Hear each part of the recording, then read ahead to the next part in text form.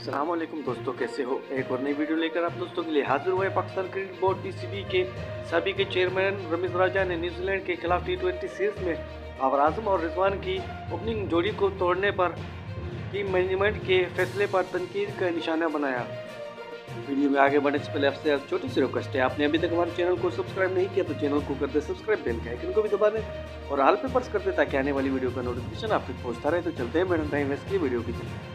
अपने YouTube channel पर गुफ्तगू करते हुए रमीज राजा ने कहा कि बाबर आजम और रिजवान की जोड़ी को तोड़ने के लिए स्ट्राइक रेट का बहाना बनाया गया। जबकि आप नए खिलाड़ियों को लाते हैं तो वो लीग में परफॉर्म करके आते हैं, जबकि इंटरनेशनल मैच का प्रेशर बिल्कुल ज़्यादा होता है, मुख्तलिफ होता है।